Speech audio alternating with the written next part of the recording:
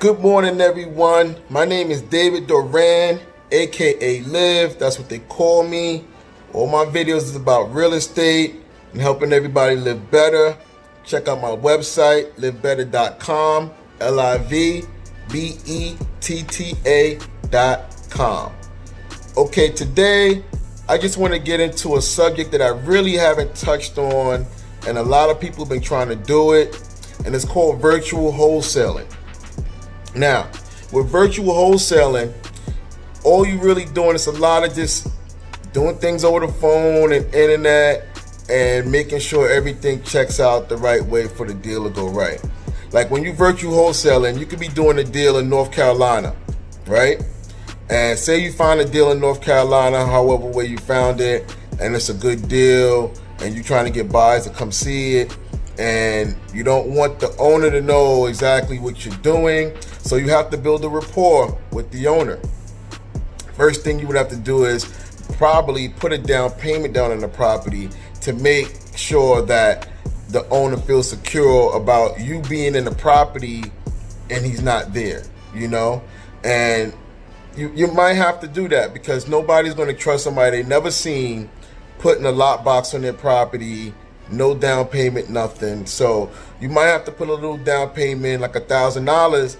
But when you're putting that down payment down, you got to make sure that's a good deal. Just make sure it's a good deal so you know that you're guaranteed to find a buyer for it. Don't put your money down on a deal that you know for sure that's not a good deal. So you have to make sure it's a good deal. You have to make sure it's a wholesale deal, not a retail deal. You have to make sure that it's a property that's worth $100,000 and you're probably getting it for $30,000 or $40,000, you know? It has to be a deal like that. So once you build a rapport with the seller and you tell him like, look, I'm out of state, but I want to put a lockbox on the property because I'm going to have investors come by or inspectors come by to look at the property, you know, and you put a lockbox on the property. So when you're marketing the property to investors, you know, make sure you check out with them that they have the proof of funds, they're willing to buy or they're able to buy, and then you give them the lockbox code so they could go by and check out the property, you know. That's the best way to do it without the seller knowing if you're going to wholesale the property or not. But a lot of times, if you find a seller that's in a situation like a divorce, they have tax liens, they can't pay their mortgage, those type of situations make it motivated sellers. And when you have motivated sellers, they're not going to be too quick to be strict on the property. They just want to get rid of the property. And if you present it to them the right way, they will definitely help you out with selling that property. You have to have confidence when you talk to these sellers.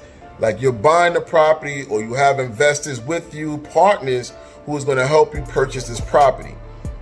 And you got to tell them like, look, I'm out of state, I'm in New York, but I'm going to put I will send you money, send the seller money to buy the lockbox to put on the property. You know, that's another initiative to show that, look, you're serious about buying this property, that you're sending him money just to put a lockbox on the property. Now, usually you might have to put down $500 to $1,000 to get the seller to feel confident that you're going to buy the house and that you're able to see the house without him being there, or able to have investors or inspectors come by to see the house when he's not there. So I advise people to do that if you're trying to virtual wholesale a property. To me, that's the best way to virtual wholesale a property when you can't be there, is to try to build a rapport with the seller and talk him into putting a lockbox on the property so you can have investors coming in and out the property and you don't even have to be there, you know? That's one good thing. Another thing too is that makes it easier if you virtual wholesaling land. If you virtual wholesaling land, then there's no lockbox for it to be seen. Somebody can just drive by and look at the land.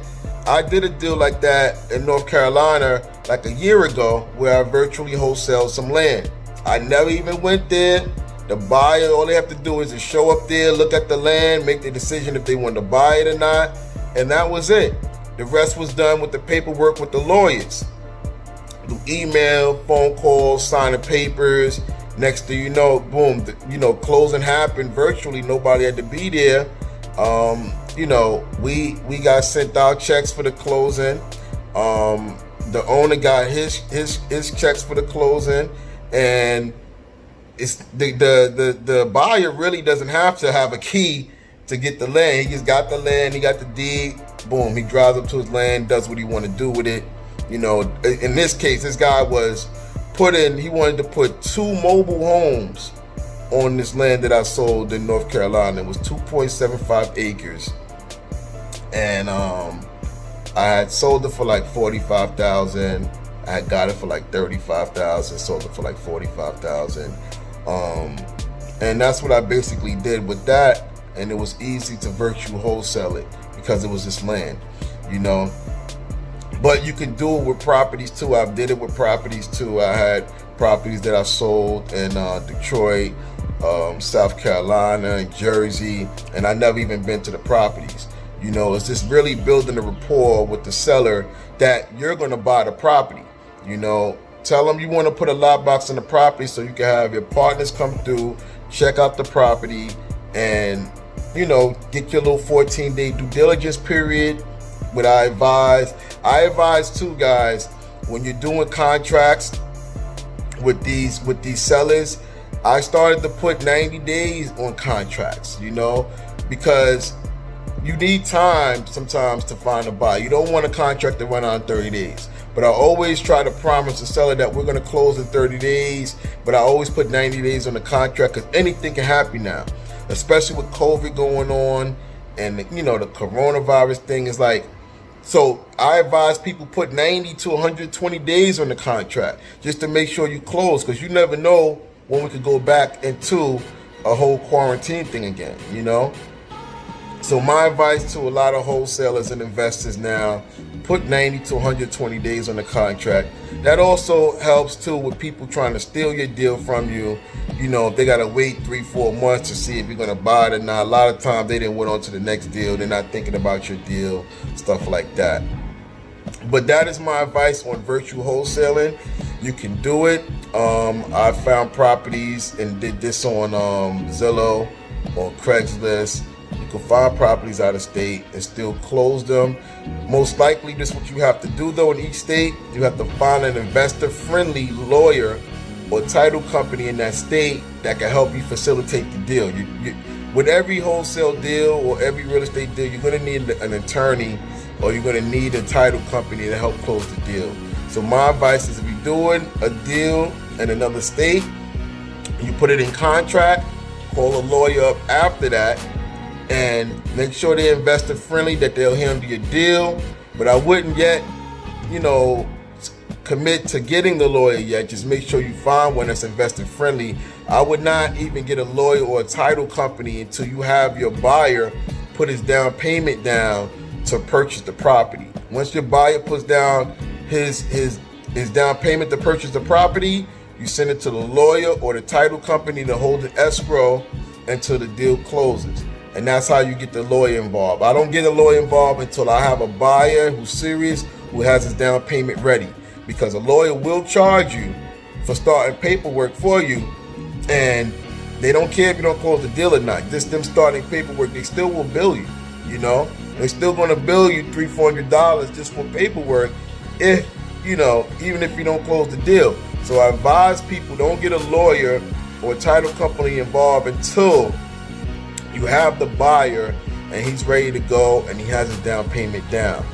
Also, beware of buyers. Make sure they have proof of funds, their bank statement, stuff like that, before you even show anybody the property.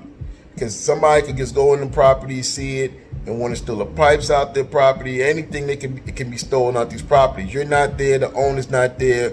Please make sure the people that you bring to these properties are, or this, you know, they have the funds and they have money to purchase, and they're real with doing that. Because there's a lot of scam artists out here, guys. Trust me, there's a lot of scam artists saying they're buying stuff or they're selling stuff. Please beware of these people, you know. Also, you can download free contracts of mine on my website to do all your deals. I have one-page contracts you can use in all 50 states to do your deals. Go to my website, livbettanyc.com, livbettanyc.com. You can get your one-page contracts to do your deals. And I also have JV contracts on there too, where you can JV with people to do deals too. You can use those contracts in any state. Another thing I want to touch on too, if there's a state that they're banning wholesaling, there's another way you can wholesale deals in these states. Make sure you get a corporation name first, and then you can always be a part of the deal through an agent saying that you're getting a marketing fee for a deal. When you do that, you could create a website for the property that says 123mainstreet.com, and you can put a property on there and say you sell. A website only costs $15 to create. You create a website that's proof that you did marketing. You put a marketing fee to the deal instead of you getting an assignment contract done for the deal if it's a state that doesn't want you to wholesale deals. Nobody can tell you cannot get a marketing fee for anything you do in 2020. Anything you sell or you be a part of selling, you can always get a marketing fee for it, and it doesn't require a license to do marketing. So that's one tip I want to give you guys. If you're in the state that you can't do deals in, like Illinois, I heard they ban wholesaling, just get down with a broker, have him broker the deal, and you get a marketing fee through the deal sheet of the deal. When they start doing the deal sheet and you find a buyer for the deal, you put in on the deal sheet your marketing fee. And that could be anywhere from $100 to $1 million. I don't know. Your fee could be whatever you want it to be. But make sure you create a website to show that you was marketing the property so you can get a marketing fee.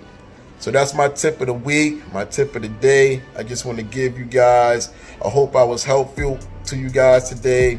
Like and subscribe to my channel, Live Better, LIVBETTA,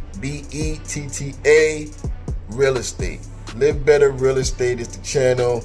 Like and subscribe, leave a comment below. Any questions you have, just please contact me at livbetter.com and I'll answer all your questions. Peace.